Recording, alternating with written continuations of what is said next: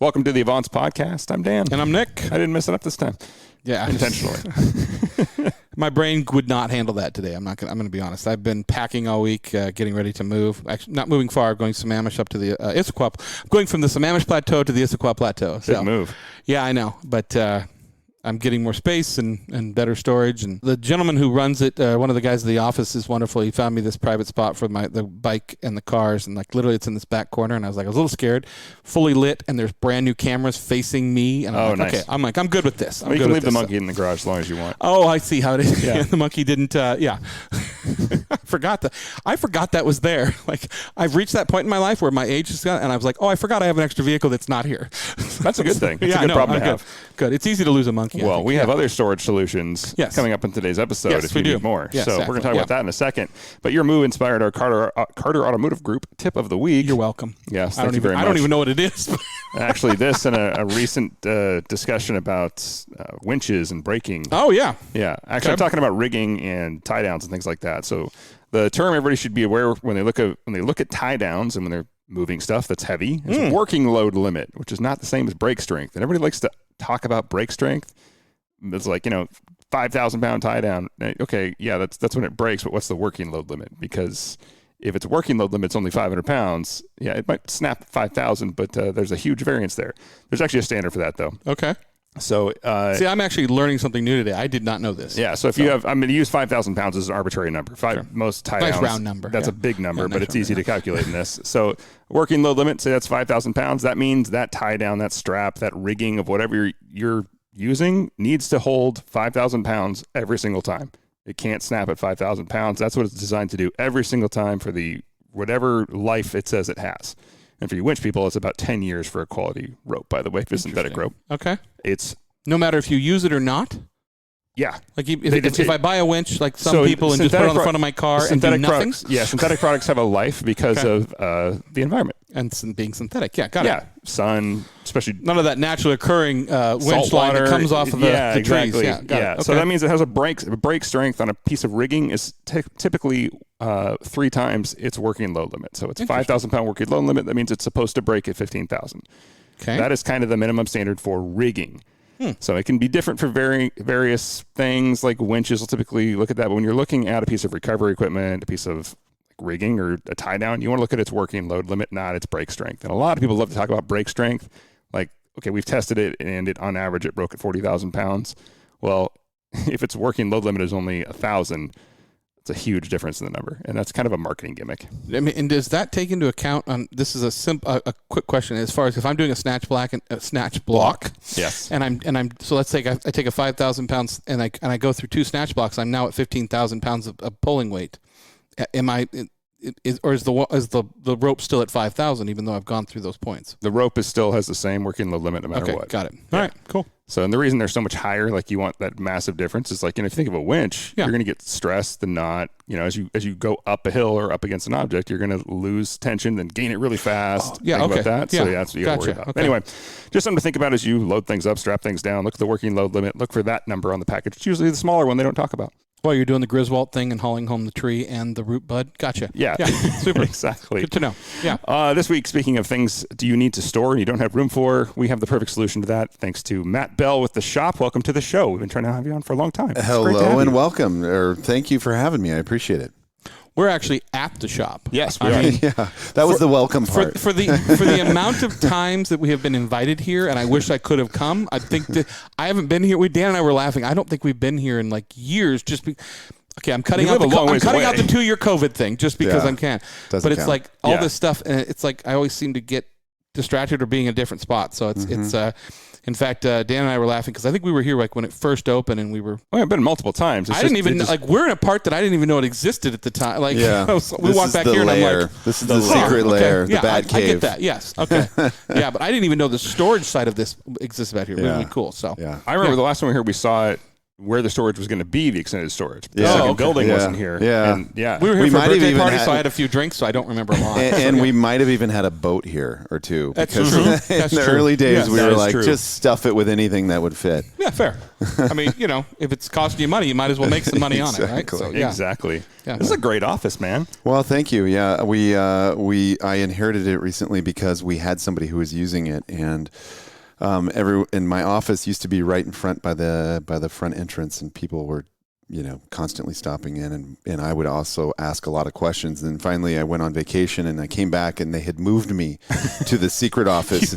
You don't live there anymore. Yeah. Okay. And the reason why they say is, well, we want you to be more productive, which is code for we want you around less and asking fewer questions. So we're going to put you way out in this office, out in the middle, in the back of nowhere, and maybe you'll disappear. So God, my mother has been telling me to be more productive for years. That just means she wanted to get rid of me. Exactly. Huh, that makes a lot of sense. Yeah, exactly. Make a lot of sense. Exactly. I like the helmets. I know you're a motorcycle enthusiast, but there's a fuel tank over there. Yeah. Fuel tanks and Well, helmets. there's a reason why the shop club's tagline or slogan in the early days is a place for building passion for cars and motorcycles, and I have an equal affinity for both, and so I didn't want to eliminate any of the audiences or possibilities. So we very much try and cater to both. Yeah, I actually want to talk about that because all of our listeners hear about the shop. Everybody in Avance obviously knows about the shop. Longtime friend of Avance. Yeah, and the you car guys community. do a lot of events here. And Yeah, yep. yeah. Mhm. But the motorcycle side is not. A lot of us are motorcycle enthusiasts. Our last episode was about motorcycles. How did your love of motorcycles start? And tell us more about that. Okay, wow. So motorcycles started with me probably when I had the little plastic Evel Knievel doll that you could yeah. Is jump. that the one that actually jumped and then landed? Yeah. Okay. Yeah, the Evel Knievel, and then it probably further exacerbated when my mother said that I could not have a motorcycle. So that, of course, made it sexier and more dangerous and more appealing. Of course. Why does that sound so familiar? I have a motorcycle right now. My mother still doesn't know about. Oh, I it. have a Okay, good motorcycle story. Yeah. And so then I had two older brothers, and we would try and jump our BMX bikes off of just about anything we could. And so that eventually led to our friend down the street, Chris Cooper, who had a motorcycle, and he, a little probably, Honda 80 or something, and we would drive that thing around our neighborhood because we lived in Bellevue around the Forest Hills area. And back then, the neighborhood wasn't developed, and there were actually trails, so we could ride. So that's where I learned how to ride motorcycles, and I just always fell in love with it. And I had to hide that from my parents, including the fact that this is going to date me and tell you how old I am, but I had a paper route, and the goal of my paper route. I played paper route on NES once. So, yeah. The goal of my paper route was to save up enough money to buy a motorcycle, and so I did. And I did this. I went to the Seattle Times. I went to the classified sections because that's the newspaper I delivered. And I spent months trying to figure out what I was going to buy. And so I talked to one of my brother's older friends who had a truck. I found this motorcycle. We drove out to Renton. I bought this motorcycle, and I had it for probably a year hidden behind our house in the woods until one day I was riding it down the street and probably through our yard, and my mom came home, and I was like, oh, and she's like, Matthew, whose motorcycle is that? And I said, well, do what I do. It's Dan's. I said, yeah, exactly. Yeah. I was like, it's Yeah. John, who's my older brother. I was like, it's John's motorcycle. I don't know. You threw your brother under the bus? Sure, I did. I was the youngest. Okay. That was my job.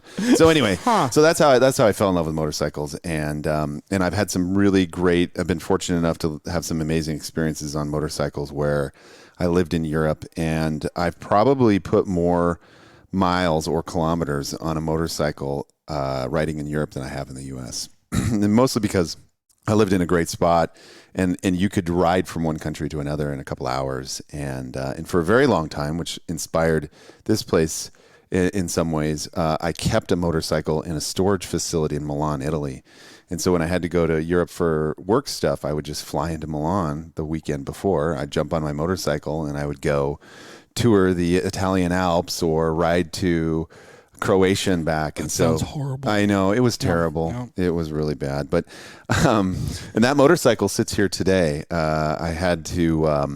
It was quite a process to import it, but yeah, I finally got it here today, And, motorcycles and cars, they're so emotional to me, and a lot of people and listeners to your podcast, I'm sure. And so it's mostly about the stories for me. And so absolutely. I love that about it. Which bike is it? Ducati Sport Classic 1000 is the one cool. I kept in, which is also a terrible bike to ride for long distances and periods of time. That's most Ducatis. I have. Ducati didn't build it for riding. Yeah. Well, exactly. Yeah, it good looks Lord. beautiful. It's supposed to just sit there and look beautiful. Yeah. Sure. I have probably permanent nerve damage in my hands from when, I would be on that thing for hours. And I also used to make my wife ride on the back. And which she has a lot of unfortunate stories about how painful that is, to go on a European motorcycle trip and be told you can pack a backpack that you have to wear on your back and on the back of a Ducati for a week. That's a great wife, honestly. That just speaks volumes of what a cool woman she is. That was when we were dating, and she was a little bit nicer to me. And I do joke that she would never do that trip today because we're married, and she would just tell me no. But then not only am I not going to do that, you're not going to do that. Actually, you're probably right. I'm going to give you two no's. Yeah, exactly. That's probably true. That's probably true. Mm-hmm. Oh, that's funny. That's I love my last Ducati. I had a Street Fighter 1098. It was one of my favorite bikes. It was one of the worst bikes to ride for any extended period of time. But by extended, I mean like 30 minutes. Yeah, but it was great. It was so fun. Yeah. I fell in love with those bikes through a picture, and then finally had when I was over there, I was like, I'm gonna get one. And ironically, I had a Triumph Thruxton that I really loved, and a great bike. And I was trying to buy over there. I had that in the U.S., and I was going to buy a Thruxton over there, but oddly and unexplainably, the Thruxton was like 40% more expensive than the Ducati Sport Classic 1000 at the time, and so I chose the Ducati because it was a better, cheaper deal. You don't hear that phrase. No, I chose the Ducati because it was cheaper. Yeah, because it was cheaper, and I was like, "Wow, this is a weird world." And so now I'm glad I did that. I look for the person someday. I've never met somebody that goes, "I owned a Ducati," or "I own a Ducati, and it's beautiful, but it sucks. It's painful to ride." Nobody's ever been like, "It's comfortable. I can ride it forever. Yeah, it's reliable. Yeah, it's not loud and obnoxious. Yeah, right. Yeah. That's funny you bring that up. That's actually a pretty common theme. A lot of my worst bikes to ride on the road have been my favorite. My RC51 was the same way. It was heavy. Everybody that owns a Ducati loves it, but every single you talk to somebody, they go, "It's a great bike. It's beautiful. Like I would put it in my living room. It's a piece, but I want to ride it for about 20 miles at a time and then get off."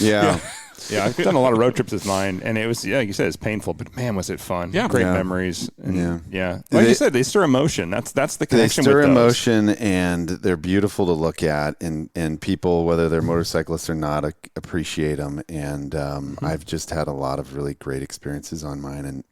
And again, riding in Europe, if those of you who haven't done it and ever want to reach out to me, I am an evangelist for it, and I know the way to do it, which is a guy who rents motorcycles, and I know the routes to take. It's truly a life-changing experience, I think, for most people who do it. And it seems very exotic and out of reach, but it's actually not. It's very achievable and affordable.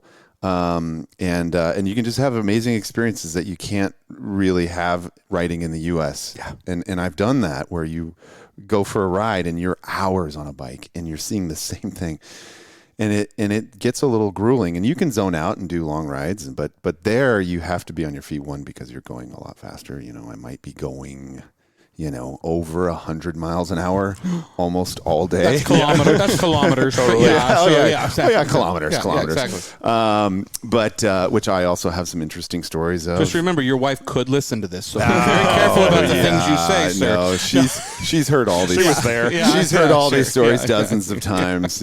So I doubt I'm going to get myself in trouble. But actually, one of the stories that was just crazy is it was one of the first times I was trying to get used to riding that bike and riding it fast. And I was going from Paris to Nice, and I was trying to get there fast because I wanted to get there in one day. I wanted to get there before it got dark. And I was riding, and I was getting more and more comfortable going faster. And the other thing I had never said I would do is split lanes. until you split a lane. Yep. And over there, everybody's used to it. Everybody's used to it. Nobody cares. And then the other thing is everyone respects the left lane. You don't ride, you don't drive, you don't constantly stay in the left lane. You're only in it for a moment. And so I'm getting comfortable in the left lane and merging in and out at speed. And I'm going, I don't know, in miles per hour, I'm probably going 120. And a truck way off in the distance pulls out from the right lane to the left lane. I'm like, okay, thinking to myself, I've got time, no problem. All of a sudden I like close on that thing in like no time. And I'm like, holy crap, I don't know what to do. I grab a little bit of brake. The thing starts to do a little bit of a wobble. I sit up in the air and I luckily slow down before I plaster myself in the back. And I'm like, I'm not smart enough to do this. I'm not talented enough. I'm way over my skis on this one. And what I realized was, again, equivalent of going 120 miles an hour, that truck was probably going 60. So it was like he was going 0 and I was going 60 straight at him. And I'm like, oh my God, I'm such an idiot. So, but you end up getting used to the depth and the speed and then, you end up riding back somewhere where you have to go slow again. And it's like, well, going 50 or 80 feels like you're going 10 or 20. So we've all had those moments. And then you go around the truck and you're like, well, I mean, I survived that, so might as well, go to the next one. It's funny you mentioned this. I just did a road trip in Europe, all over France, for my girlfriend's birthday, and I said it on that episode, and you're reinforcing it. I tell everybody, when you're over there, the road trip is amazing, and it should be on everybody's bucket list. But if you're a rider, that should be at the top of your list, because the riders were having the fun. Yeah. And I went every back road I could find. We were not sticking to the highways and making the board. What part of France?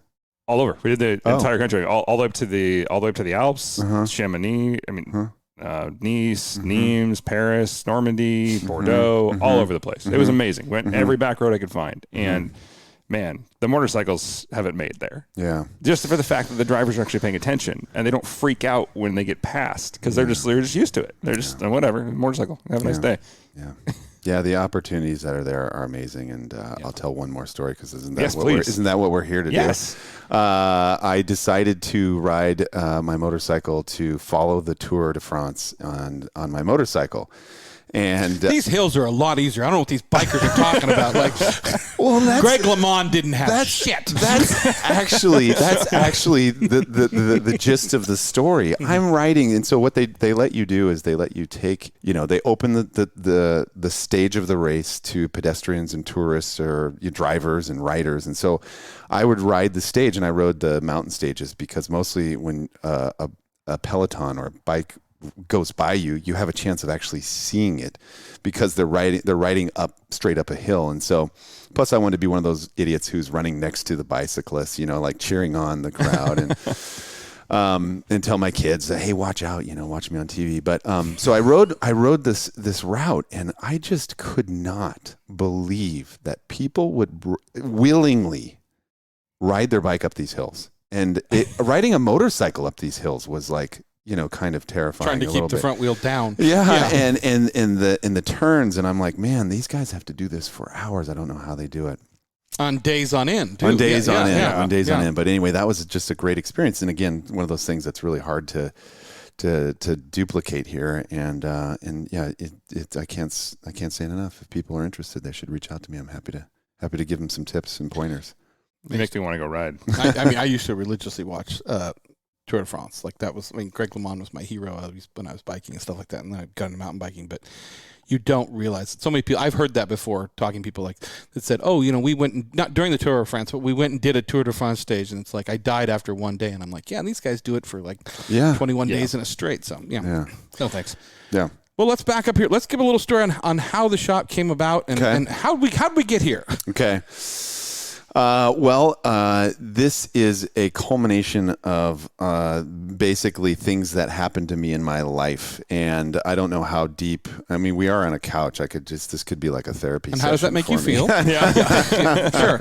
Yeah. Let me tell you. Yeah. So it started originally. The real idea was when I was in high school, again, dating myself here, we had shop class, and we had things that at one time I took an auto shop class, and I just kept thinking my career after college got into technology and software. And I was enjoying that. It was great. It was a great career. I had a lot of fortunate, success in different companies that I was a part of, and had some really challenging roles. And one of my goals was always to become a CEO, and I was fortunate enough to do that.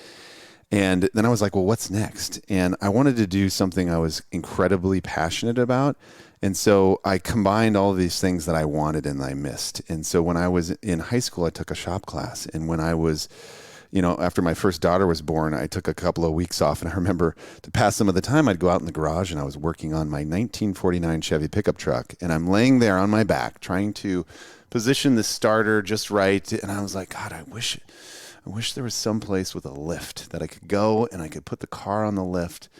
And then also I wish there was a shop class, because I don't really know exactly what I'm doing, and I gotta rebuild a carburetor, and YouTube can only help me out so much. And so all of these things like kind of led me to, I wish there was a shop. And so, the creative genius I am, I was like, I got an idea. Let's call it the shop, and let's create something, and that hadn't been done before in the way that I envisioned it. And so what I did was I sort of took all of these things that I was interested in, including a social club. And there's, a handful of clubs that I belong to here that I took parts of these things that I enjoyed. I really enjoy food and beverage. And so I wanted it to have a restaurant, but I didn't want it to have crappy club food. And so I partnered with a friend of mine, Ethan Stoll, to open the restaurant, because I had no clue what I was doing. And he helped me launch Derby Restaurant, and which is open to the public. And as a focal point, because when you think about when you're building something, it's food and beverage is what brings people together and what makes people gather.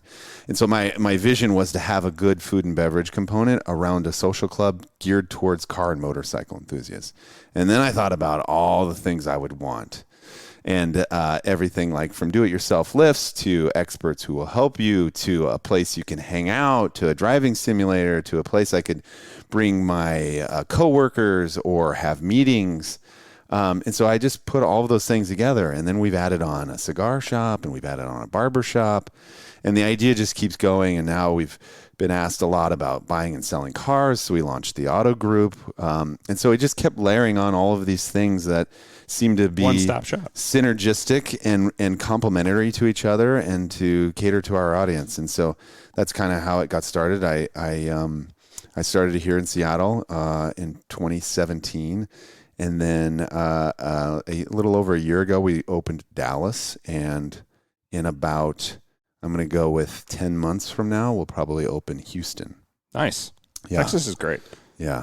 Yeah. Great car scene. And so those are our three markets now. We're looking at very closely a Southern California market, and then somewhere on the East Coast. It would be ideal would be like a Florida location. Yeah. South Florida, but Atlanta and Washington D.C. And so there's lots of other cities where we'd like to go with this. Yeah. Yeah. That's awesome. And I think that's one of the things that sort of a lot of people that don't understand, like I've talked about the shop and they're like, oh yeah, I went to Derby. The food was incredible. Like I saw the cars, but like it's a car story. So I'm like, no, you don't understand. Like what you don't see is like, the private side of the club, let alone, if you don't know, the infamous poker room, but as far as the very knowledgeable staff, and I will bring this up, Dan was there.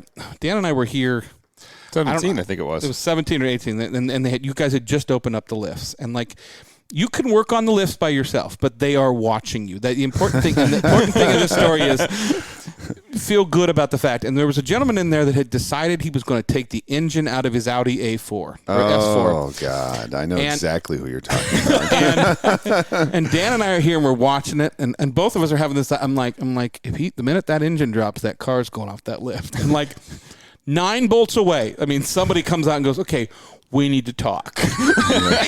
Before you do that, it's like you're free to do this, but the knowledge is there of like, hey, I don't know if you know about gravity, but when you take the weight out of one end, so the other end will come up. Yes, absolutely. Yeah, and actually, that member has taken out like 4 engines out of Audis in order to rebuild the one. Okay, and I don't think that project's still done. Okay, this was a long time ago, but it was just like this. We don't set time limits here. No, okay, yeah, fair enough. Yeah.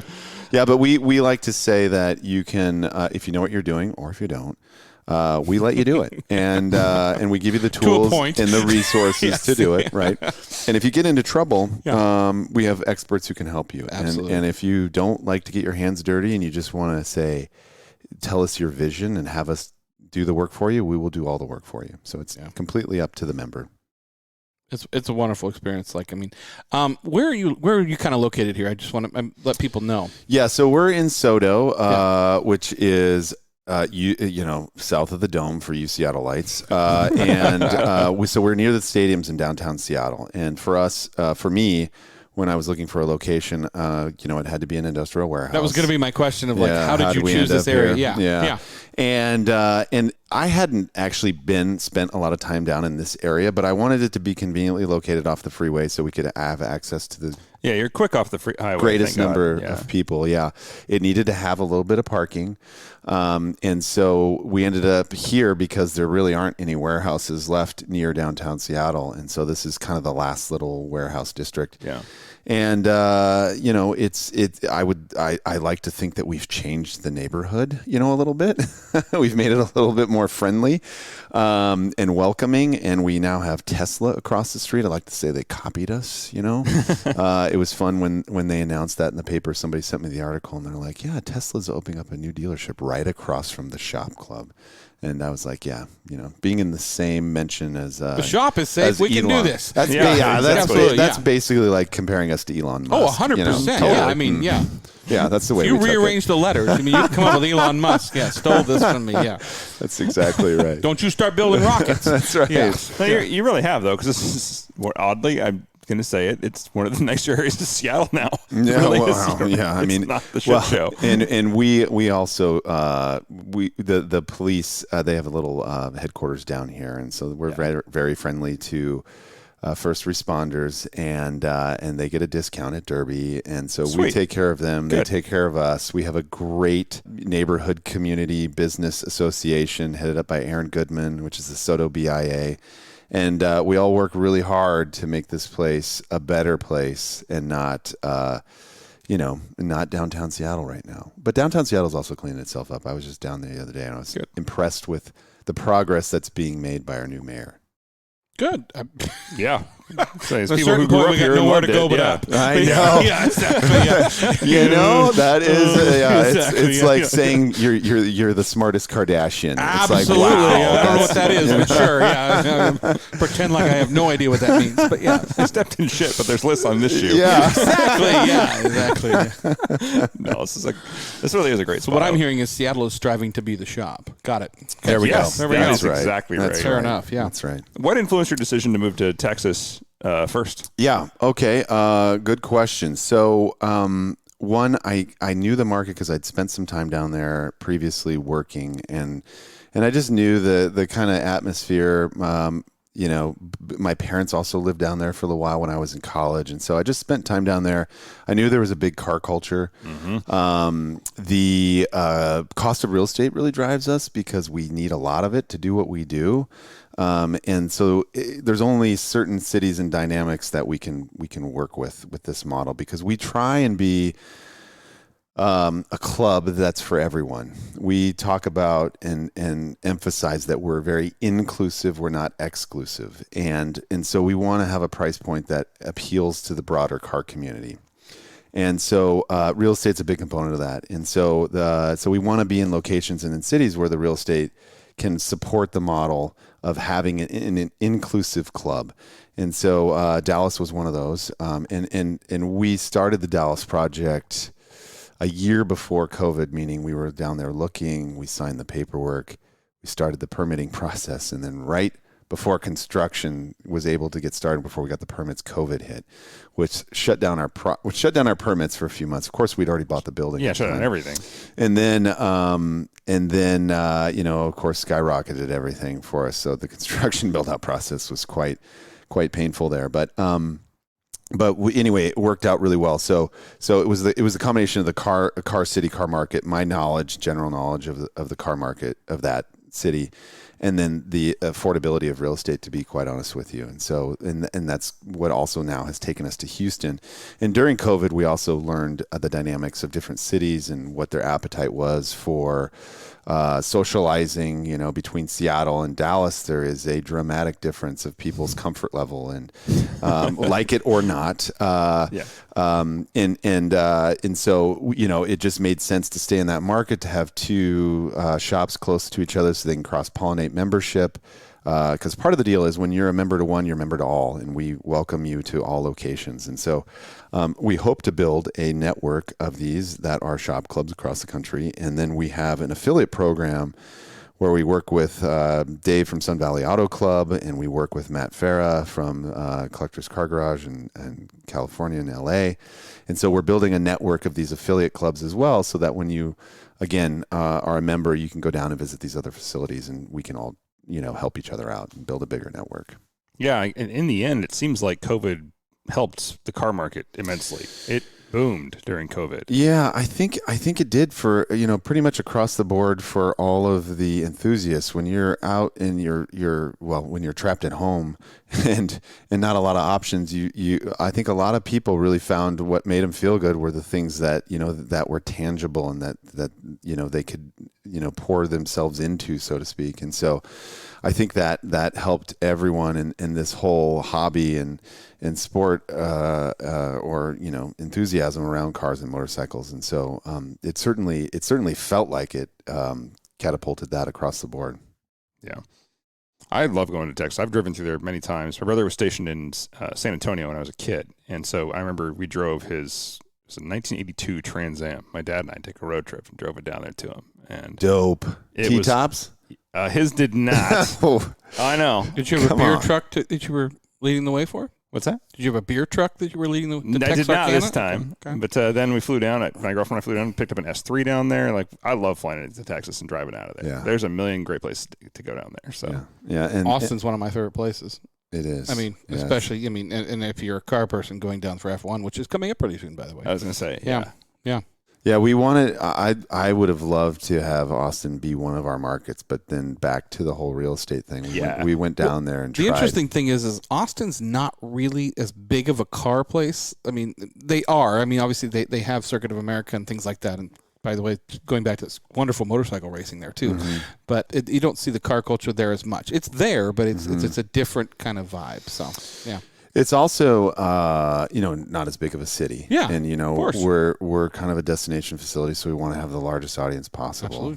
Absolutely. And so Austin didn't quite fit the mold for us yet, but maybe someday. Yeah, maybe you're working your way across Texas. Yeah. Yeah, or maybe we slightly tweak the model a little bit for different or the offering for different cities, depending on what they need. Yeah. Let's talk about that model a little bit. So, I mean, if you're in the Seattle area, you understand that, homes here are beautiful. There's a lot of space. You're right next to somebody, but you're not necessarily, you're going to get a one-car garage that was built for a car that's maybe a Mazda Miata. And it just doesn't work to have a shop and things like that. Yeah. I know what I meant. Yeah. And to clarify that, a shop, I mean, like a shop at your house. Yeah. But, I mean, how does that work? So, I mean, I have a collector car. I have a car that I don't have room for at the house. I have a car that maybe a motorcycle that I'm hiding in the woods behind my mother. Yeah. How does this work? How does it work? Well, I'll talk a little bit about Seattle and storage and how it relates to other markets first. And Seattle does have older houses, smaller garages, and candidly, that's also what I underestimated here when I first did, open this business, is how much demand there actually is for storage, at least in Seattle. And everybody talks about, their different, markets and what drives them and how many cars they have. In Seattle, you really can barely get one in. So if you're a car person and you want to have an extra car, you got to put it somewhere. And so there weren't a lot of places in Seattle, and if you did, it was an expensive parking garage in downtown Seattle or a self-storage unit or something. And so I definitely underestimated the square footage that we needed for this place. Luckily enough, we had this building that we're in now, which we could extend into shortly after we opened. And so that is a big component of it. So basically, if you know, to answer the other question is how does it work? If you have something you want to store here, you have to be a member. And so we have a small membership fee.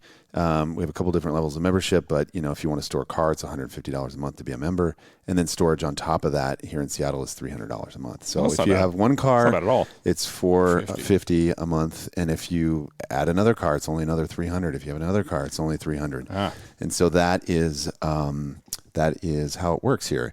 And one of the things that a lot of people asked is, well, if storage is a big component of this, why go to Texas? Everybody has a big garage, a big house, lots of space. Literally was going to ask that. That was my follow-up. Yeah. So it definitely was something that, is probably a slightly different dynamic. But like everything in Texas, even people's car collections are bigger. So, a guy's got a 4-car garage. I'll show you someone who has a 6-car collection, And so we're kind of overflow for people, really are our members.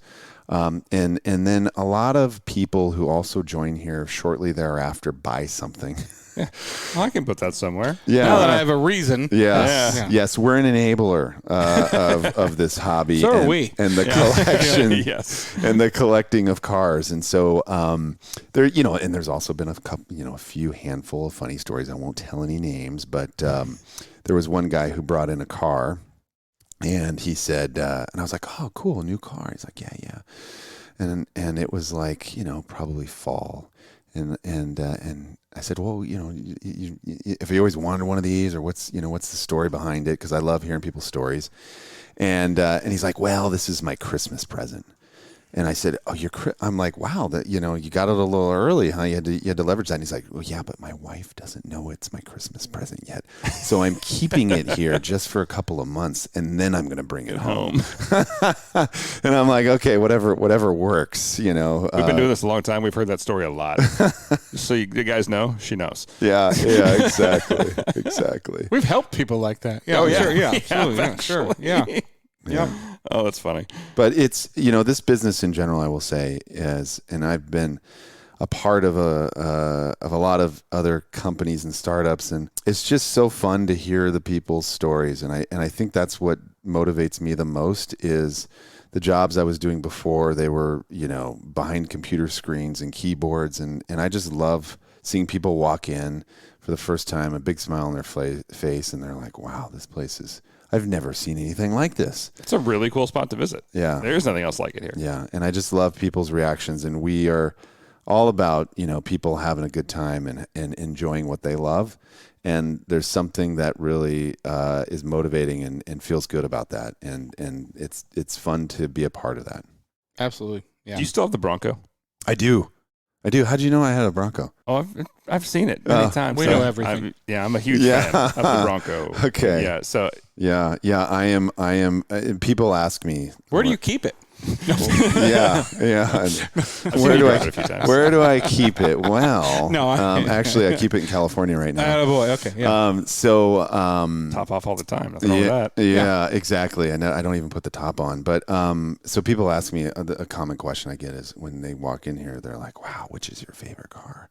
And then I'm like, "Do you have kids?" And most people are like, "Yeah." I'm like, "Which is your favorite?" And they're like, "I don't have a favorite." That's a lie. I'm an only child, and I'm not my parents' favorite. So yeah.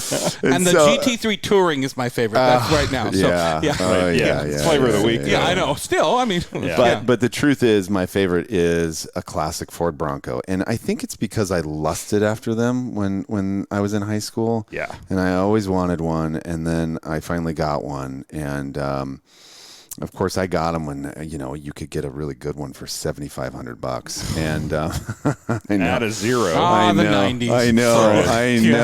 Yeah. Well, actually, I think I got mine.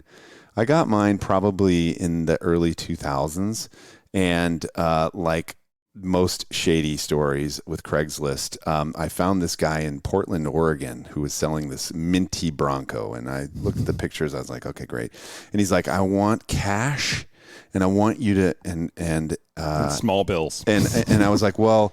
Nickels. And he's like, you got to take the Bronco tonight. And I'm like, well, how the hell am I going to do that? I guess I better fly down there.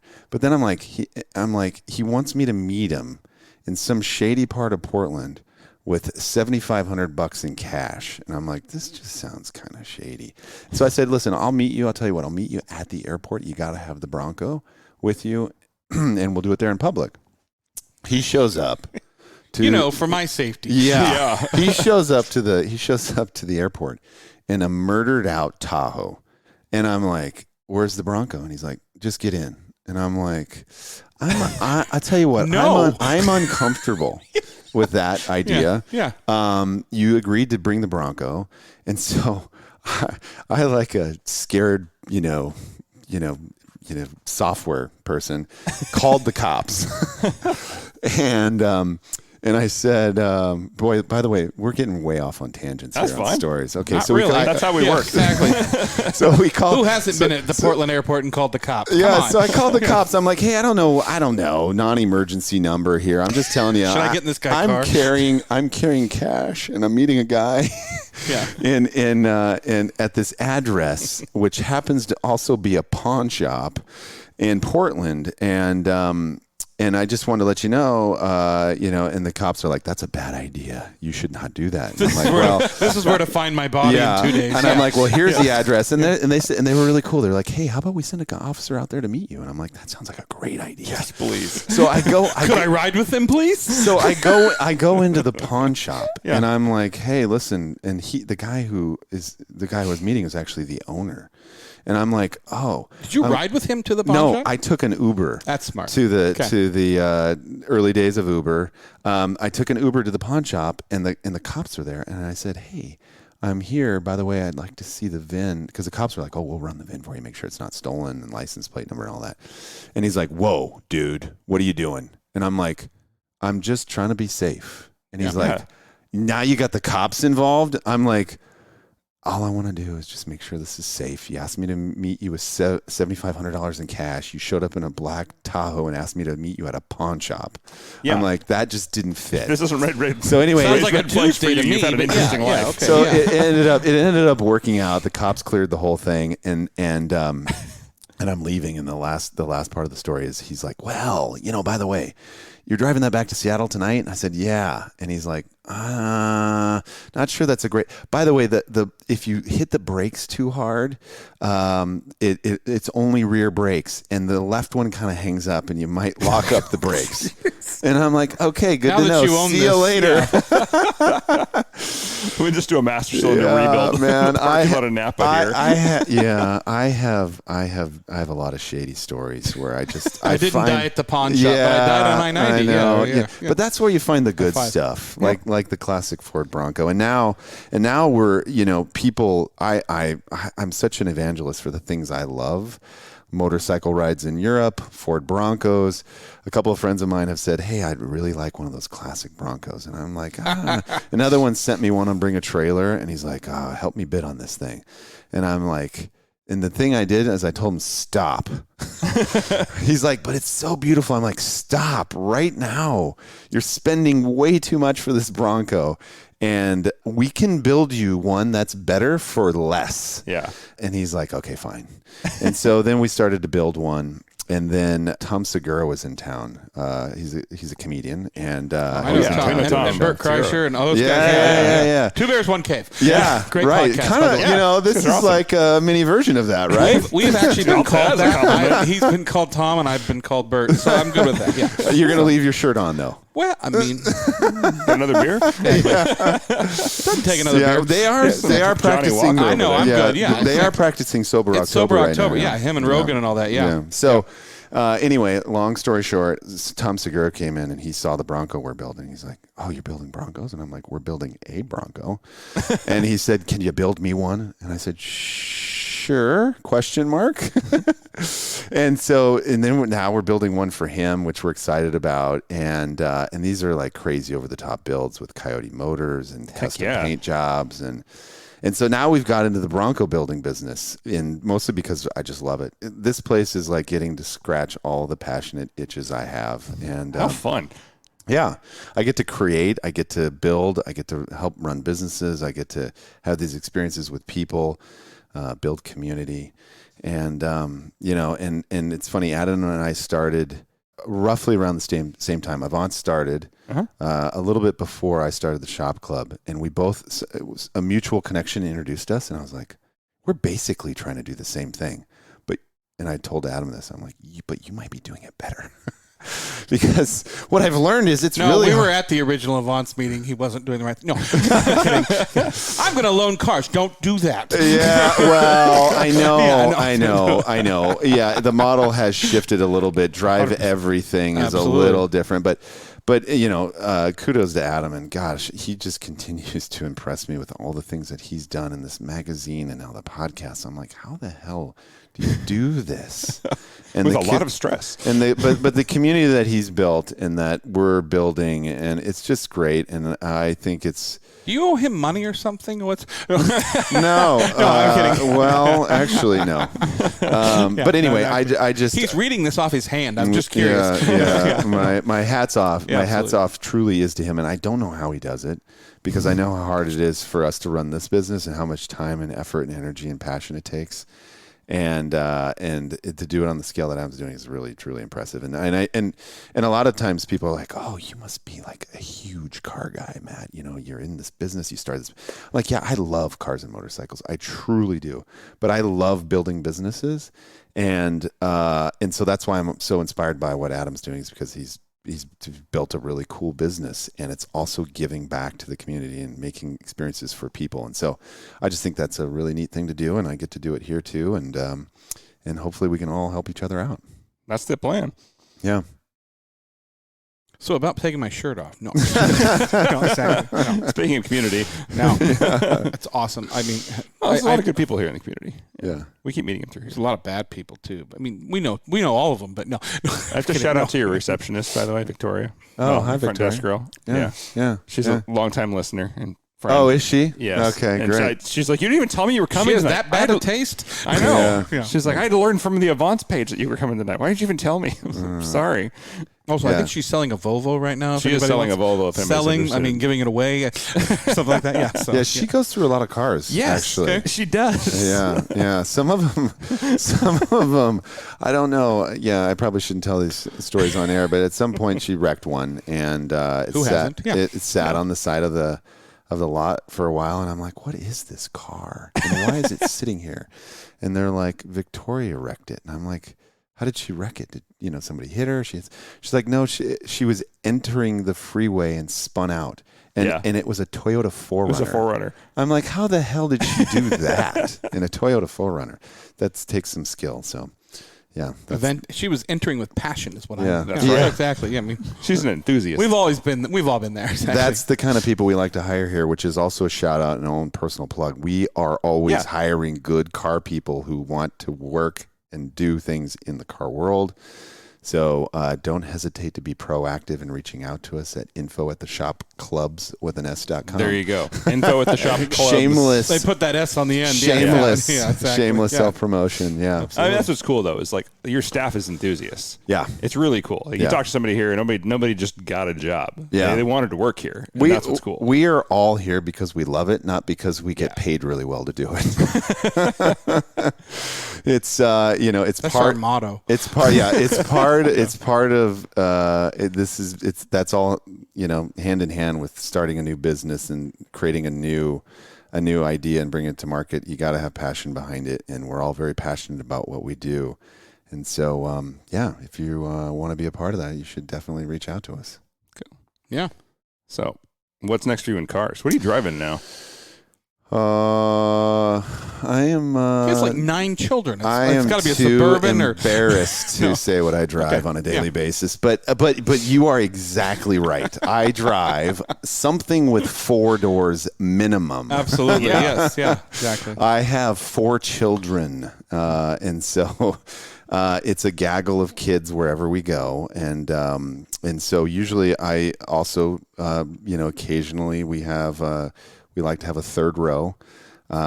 So my wife drives an X5, and lovely cars. Yeah, and I drive a car with 5 rows as well. I'm embarrassed to say that's not wrong. Well, actually, okay, I'll just say it. I'll cop to it. I drive a G-Wagon, okay, and I had a third row. Well, it does in Europe. Oh, okay. And it's not really a third row. It's more like a combat cargo seat facing each other. Oh, do they face each other? Okay. I like that. Okay. Like and so mine, I went and on Amazon and I bought one. I think it's a tractor seat. But it has a built-in seatbelt, and I had it mounted in the back so that that's cool though. So that I could. Why are you embarrassed of that? Haul more humans. Yeah. Well, I'm embarrassed because most of the time when people see me drive this thing, they're like, "Oh, you're an East Side soccer mom," and I'm like, "All the housewives pulling up." You do look like an East Side soccer mom. I do. Thank you very much. Thank you. Thank you. And so, not that there's anything wrong with that. No, absolutely not. But I like to. Make mine. I try not to keep anything stock unless it's old and a classic. Yeah. And so, I put a little bit. Says the guy that's putting Coyote motors in Broncos. Yeah. But yeah. Oh shit! You got me there. That's fair. That's fair. No. I mean, it's fair. But I think the Cobras got 10 times better when people started putting Coyote motors in them. Fair. So yeah, That's fair. But the one I own and drive is a 1968 with a 289 motor in it. Beautiful. Nice. Yeah. And so that's mine. But yes, I am going to build myself a Coyote one as well because I wanted to drive a little bit better. Yeah. I wanted to have a little bit more power. And brakes that work, steering that's easy. And I also like he just wants front brakes. Yeah. Major upgrade. I did put a new axle with disc brakes on the front on that one. Yeah. But anyway, so my car I drive also my daily it has a little bit of a lift on it, has a little bit bigger tires on it. There you go. It just looks a little bit more masculine. We can't keep things stock either. Don't no. We? Yeah, it's like we got a great route over Stampede. You can go on with the whole family. Yeah, not even hard. Yeah. Do any of your kids share your passion with cars? Oh yeah. Not yet. Not yet. I'm just kidding. Fair enough. There's still time. Yeah. I have my children. I have 3 daughters and 1 son, and the son is the and there's quite an age span. I have a senior in high school to a 10-month-old, and so or 11-month-old. Sorry, almost a year old, and time flies. And so I tried very hard to get them into cars. And I think because I tried so hard, there was probably less passion around it. I don't know. Maybe it was. They'll come back to it. Yeah, maybe. I even did this. So. I even offered them, and this would have blown my mind as a 16-year-old. But I told them before they turned 16, I said, listen, pick a car. And we'll rebuild it, and that will be your car when you're 16. Oh, dreams, man. I know. I thought, how can you say no to this? Yeah.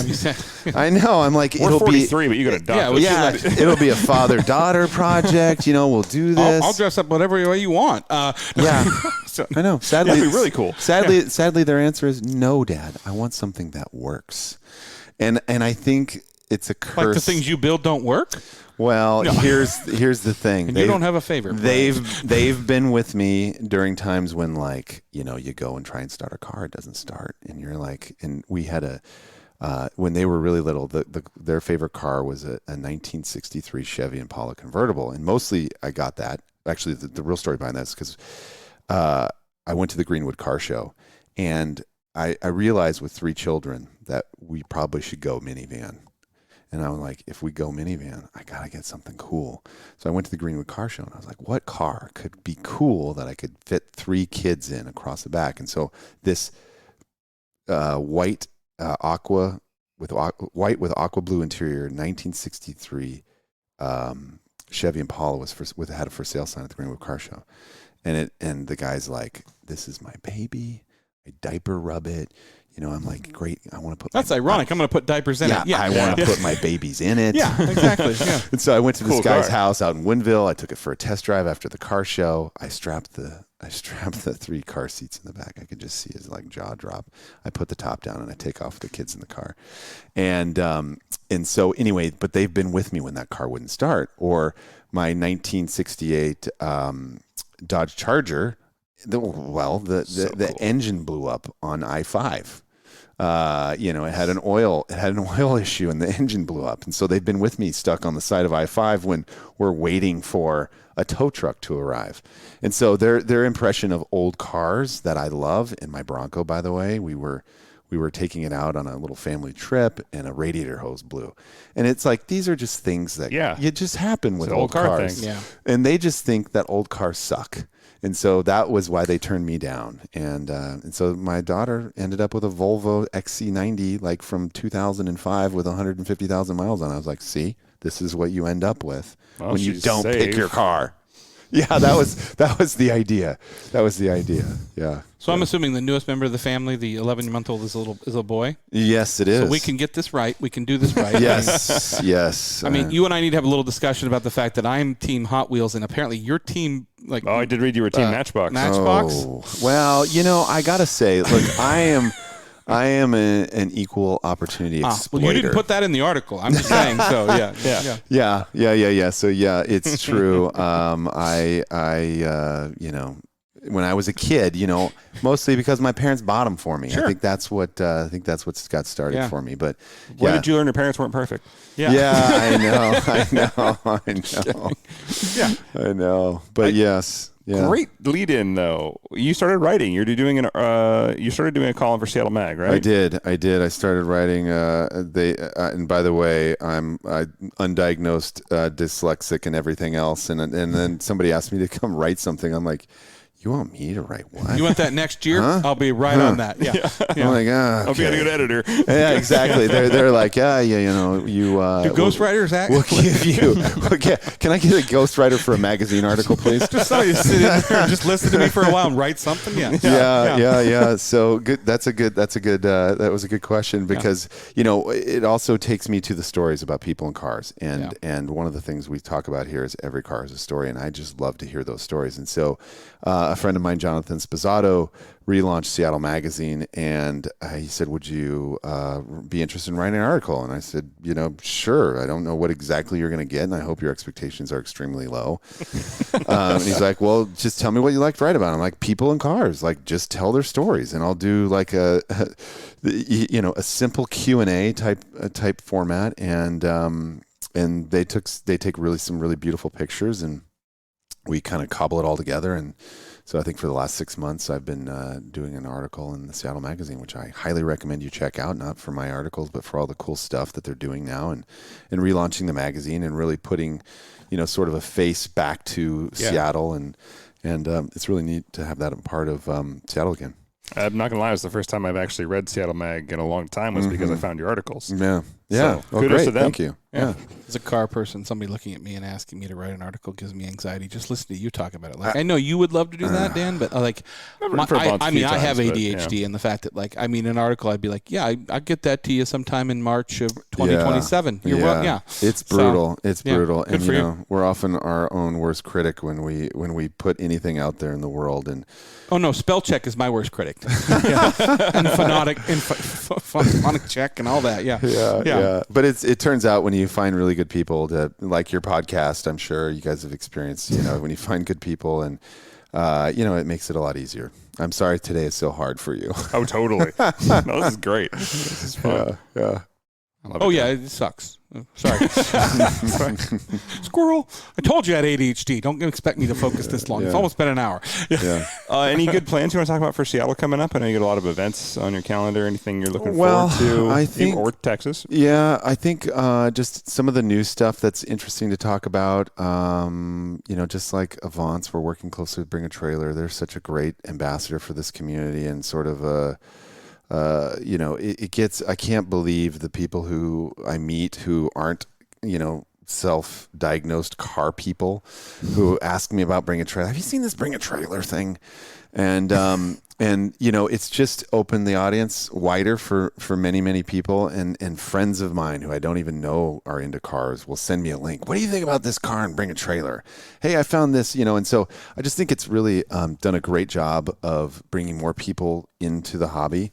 And so we have a partnership with them, and like Avance, our goal is to help people, with buying or selling cars and on that platform. And so that's interesting news for us. The Auto Group has been new for us, where we have a dealer license, and we're fortunate enough to work with a gentleman known here pretty well here in Seattle named Darian, who has helped people for a long time buy and sell cars. And so we folded that into our offering here, and that's again open to the public. And then, Houston's a big deal, and it's front of mind now because we're signing all the paperwork on the building. We close on that on Friday. And so then we've been designing the building, probably, for 6 months now. And each iteration of this, we keep doing things that are different and better. And so, Seattle, what it started off as when you guys were here and in the beginning in 2017, has morphed into something completely different. And it's we just keep doing things differently because we learn a lot of lessons. And so the Houston model is going to have more amenities and more golf suites and things like that are open to both the public and members. And so it's just, it's fun to develop this business and to learn all the lessons along the way. And so then, so that's probably the biggest news for us going forward, is we're going to continue to expand that. I was going to ask you, besides get more space, which I think is something people learn with storage real quick, what do you think your favorite, not necessarily your biggest, but your favorite lesson you've learned? What's the thing that surprised you? You've been like, man, if I'd known this from the beginning, this would have been awesome. Well, the things that come to mind, because I'm a perfectionist and I constantly think about this business and how to make it better. I take, I'm a half full guy normally, but when I hear that question, I hear what are the things I had to learn the hard way? What did I really screw up on? Yeah. I think the hardest lessons to learn are employees and how to hire and put the right people in the right position to be successful. I think that's true in just about any business, but I found it harder here because it's taken me longer to learn the type of person it's going to take to be successful, and how to also be a mentor to them, because I think that's the job of a good person who's a good boss, is just helping the people along the way and make sure they're successful. So I would say the thing that I learned the most, and that was the hardest lessons learned, is who to hire and how to hire and where to put them in this business. And then I would say, we were fortunate in Seattle to have more space, but it definitely underestimated the storage. It's true what they say also, restaurants are really hard. Yeah. Are really, really hard. And so that's probably, especially during COVID, the restaurant piece and component of this business has probably been the hardest to run and has taken the most time, effort, and energy, but also, has the biggest rewards. And so, it's hard to say what's the most or what's the biggest lesson, but those are some of definitely the ones along the way. And I look forward to continuing to do it again and again. And I just can't say it enough. We're just trying to find good people to do it with. Yeah. Excellent. That's really cool, man. I'm excited to see your future success. I know it's on the way, and I can't believe how much you guys have grown here. It's been great to see you grow. You've done a ton for the community, with Avance especially, but with the rest of the community as well. So we can't thank you enough for that. Yeah. It's a great place to go. Yeah. Excellent. And the podcast you guys are doing is great too. Thank you. Nice. And it's really fun. It's been a wild ride, man. It has. From a hobby of, hey, I've got a free Wednesday night. Do you? It's an accident. How long have you guys been doing it? 2018. Yeah, late 17. Yeah. Yeah. November 27. You were a birthday present for me in 17. Yeah. So I don't think we started till 18. Yeah. 18. And then it was just like a side hobby where we'd talk to a couple friends and maybe they'd listen. I mean, yeah, it really was. After Exotics, we would go out to the Hollywood Tavern and just talk to all of our friends. And we should record this. Here's a trivia question for you. Do you know who the Podfather is? Podfather? No. You don't know the Podfather. This is, again, dating me how old I am. So in 2005, I worked at Real Networks, and podcasts were just getting started. And I got to meet the Podfather. The Podfather is Adam Curry, formerly also known as an MTV VJ. VJ Adam Curry. Yeah. And so he has a great podcast. And I, candidly, I haven't listened to it for several years, but God, I used to love listening to him. And he's what got me hooked on podcasts at a very early time, and being at Real Networks, which was all about streaming media and putting things online. He was one of the first big podcasts that people would subscribe to. And that was a huge highlight, was to get to meet him so early on and learning about podcasts. So it's fun to be on one here. Gosh, 15 years later. Holy shite. Oh, we'll have you back. Yeah. Okay. All right. Well, we'll see about that. We'll see how many likes you get about this one. It's funny. I used to drive. Driving is what got me hooked on podcasts. I had to commute. I lived in Arlington, Washington, not Texas, and I had an hour and a half commute each way to work. And I just you run out of music to listen to, and it was a great job. I didn't mind the drive, but it was weird hours. My God, man, why?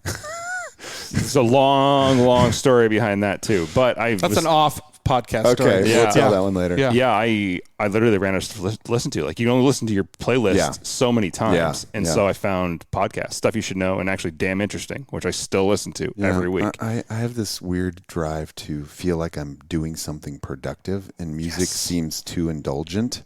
So listening to a podcast makes me feel like I'm getting smarter. So I'm actually making myself your knowledge better. Base, So I listen to my religious. People have asked me a couple times. I'll just say it on this show.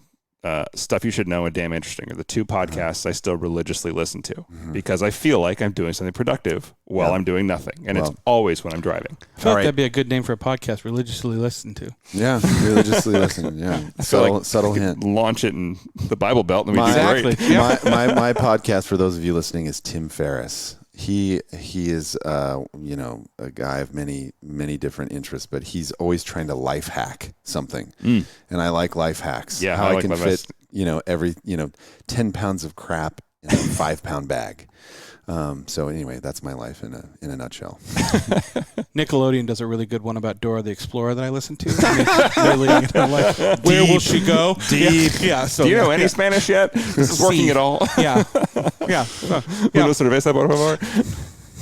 Backpack. Exactly. There we go. Spoken like a true father. Yeah. I have 3 daughters. Yeah, I was going to say. He'd know. Yeah. Right. Yeah. Swipe or no swiping. Yeah. I have a joke about that off the podcast, but Well, man, thanks again. Listeners, check out the shop clubs with an S.com if you want to check out the shop in any of their locations and see the upcoming news and events. Check out avance.com/events if you want to see future events that will be here. Like, we had a social hour or social event tonight, a gathering of Avance members here. So we met a few good ones we already knew tonight. True gratitude. Thank you for having me on. I really appreciate it. And it's fun to sit down with you guys. Yeah. Thank you. It's great to finally have you on. Yeah. Well, for this episode of the Avance Podcast, as always, I'm Nick. And I'm Dan. And don't just get there. Enjoy the drive.